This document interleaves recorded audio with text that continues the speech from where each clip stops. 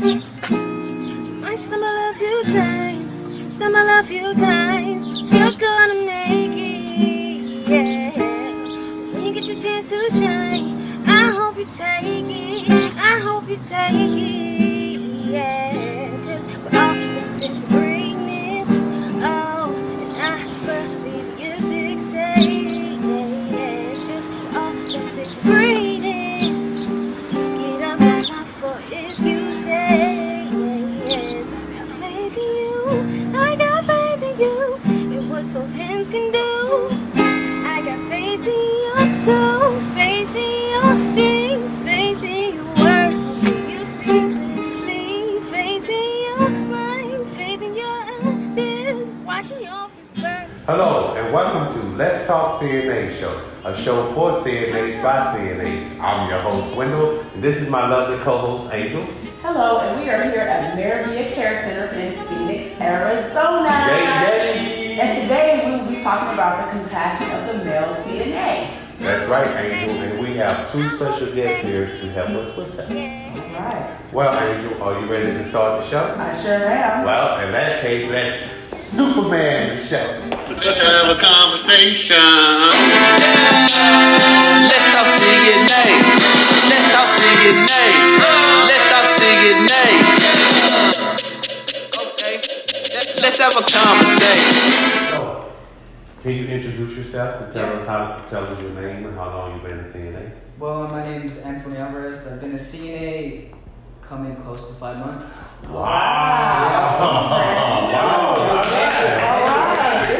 Many more years to come because I'm destined to become a nurse. All right, Awesome. all right, I can all see right. that. Yes. All right. Thank you. Brian, and working at dementia unit, long-term dementia unit, and I've only been doing it a little over a year now.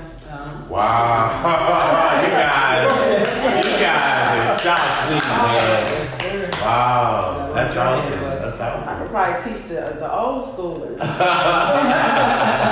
Oh, good. Hey, thank you guys for being on the show. And as you know, we have a $1 million question segment. And for you guys, our $1 million question comes from 75 CNAs that wanted to know what's the difference between a male CNA and a female CNA. Short, easy, basic answer, nothing. Okay. We follow the same job description. We're doing the same job. Mm-hmm. I find that when I'm more sensitive to either the family or the neighbor themselves, depending who I'm dealing with, maybe I know when to kind of take somebody with me or bow out and let a female come in. Okay. Same female might have me step in with certain people too. Okay. All good. Yeah, I think there's not really much of a difference either Mm-hmm. because what really matters is like the person and like their views on life. You know what I mean? It kind of, to me, it's more about like their soul, but also like their heart. Okay. You know, and genders don't really matter. Just Okay. what matters is how you care for them. That's Okay. good. I like that answer. Okay. Because after all, we're all trying to reach that same goal to provide the highest quality of care. Is that correct? Would you say? Yes, sir. Yeah, most definitely. All right. That's All a good right. answer. Well, I hope that answered you guys' question, and thank you guys for answering that question. So, my first question to you guys would be, what made you want to become a CNA? Well, naturally, I'm a caring person. Mhm. I look out for others. I consider myself over-considerate, believe it or not. And Okay. that can be... Well, you got to define that. You got to define what is over-considerate. Well, over-considerate to me is like when I see a person kind of having a rough day. I'm over here doing what I do. Job-wise, I kind of go out of my way to help them out because I can tell, like, oh, this person's in distress. I'm going to go out of my way and be sure that they're comfortable. But that's just an example. So Okay. yeah, naturally I'm I'm a caring person, so it's just a perfect field for me. Okay. At times it can get stressful, but I know at the end of the day I'm doing a great deed. Okay. Awesome. I love my job. Awesome. That's good. When my boy was born, he's 9 now.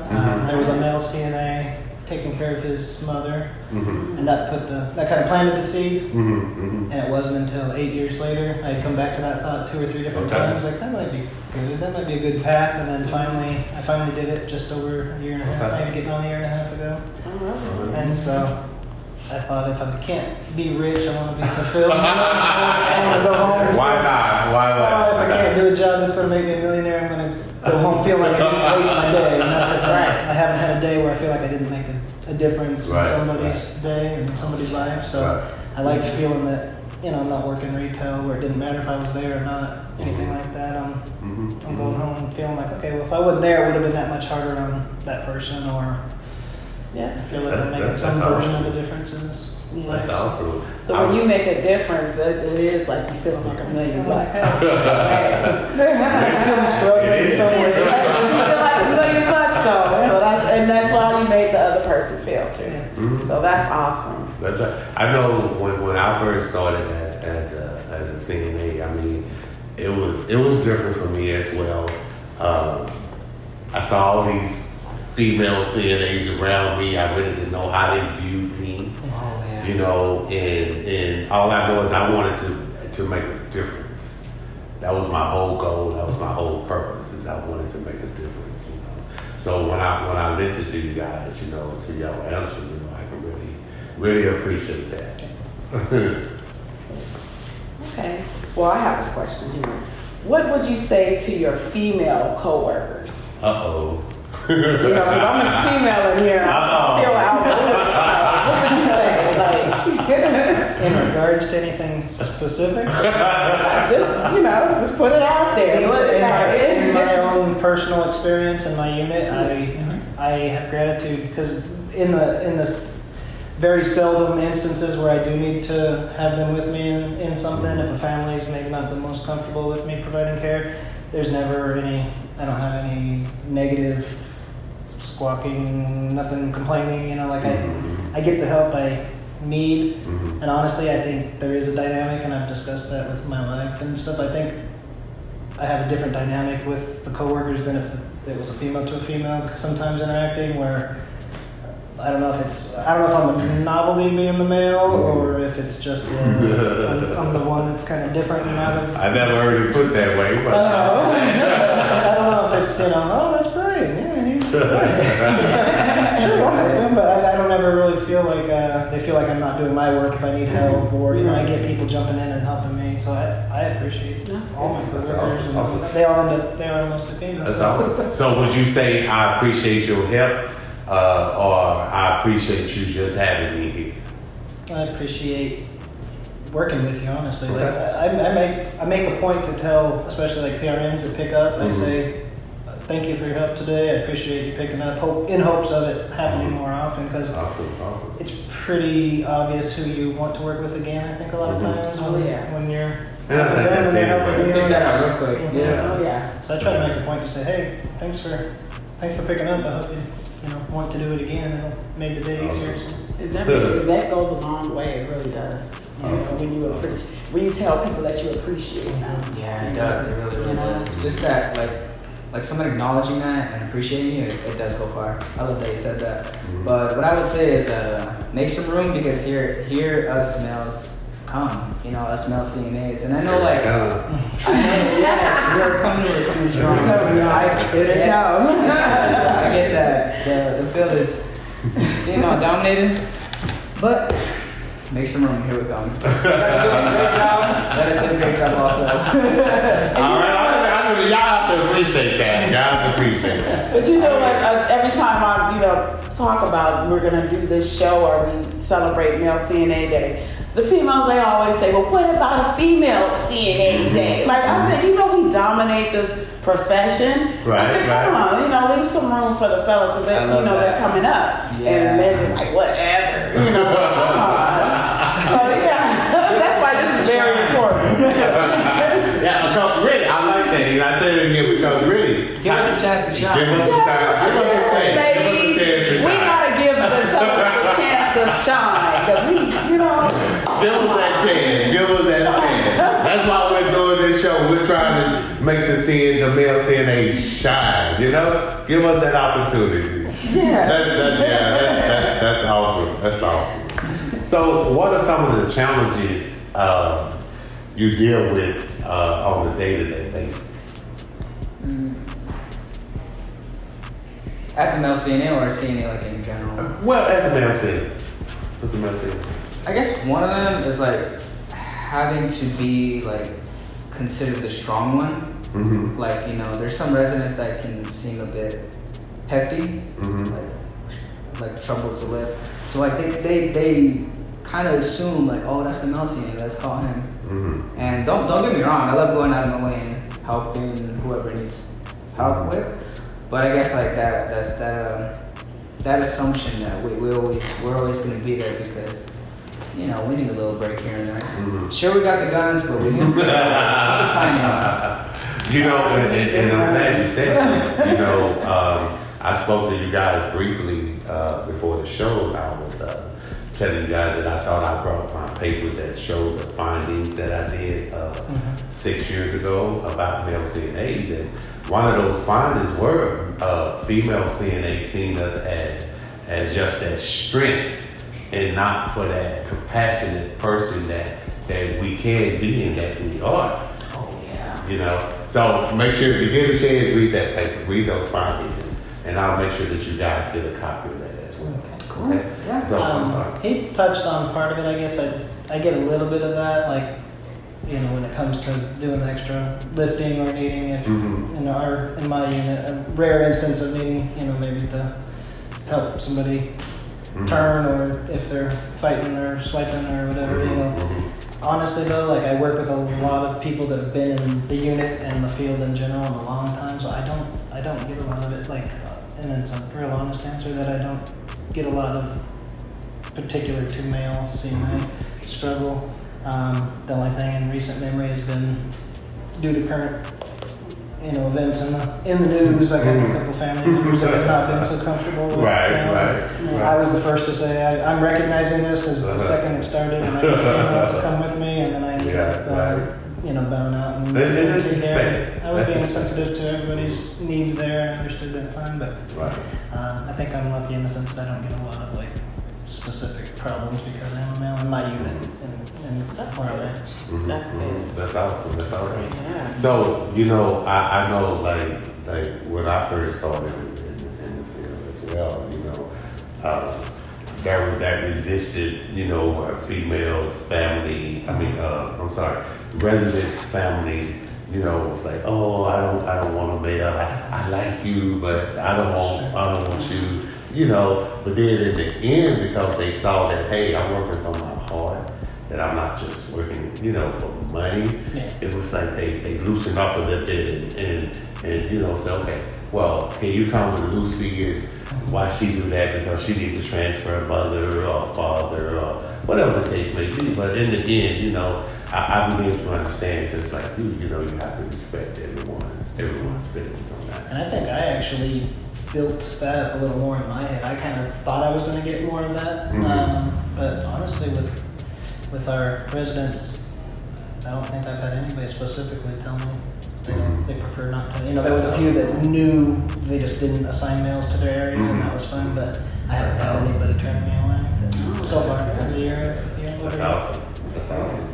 So what would you say to encourage other male CNAs? That there's plenty of opportunity to show your skills, plenty of opportunities to show that you have a heart.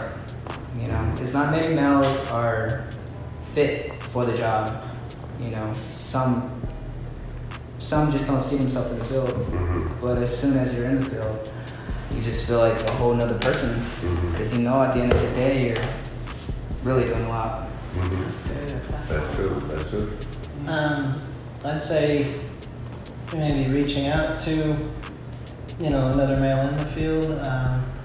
I know that when I did my interview, it was with Wendell and another male, both lead CNAs, and that put me at ease right off the bat to know that I'd have somebody to go to if I'm unsure or not, you know, need help with a certain situation or not sure how to approach something. So to see other people, I guess, just don't be scared or quiet of it. You know, just go ahead and ask the questions you have because there's somebody that's already had the question. Right.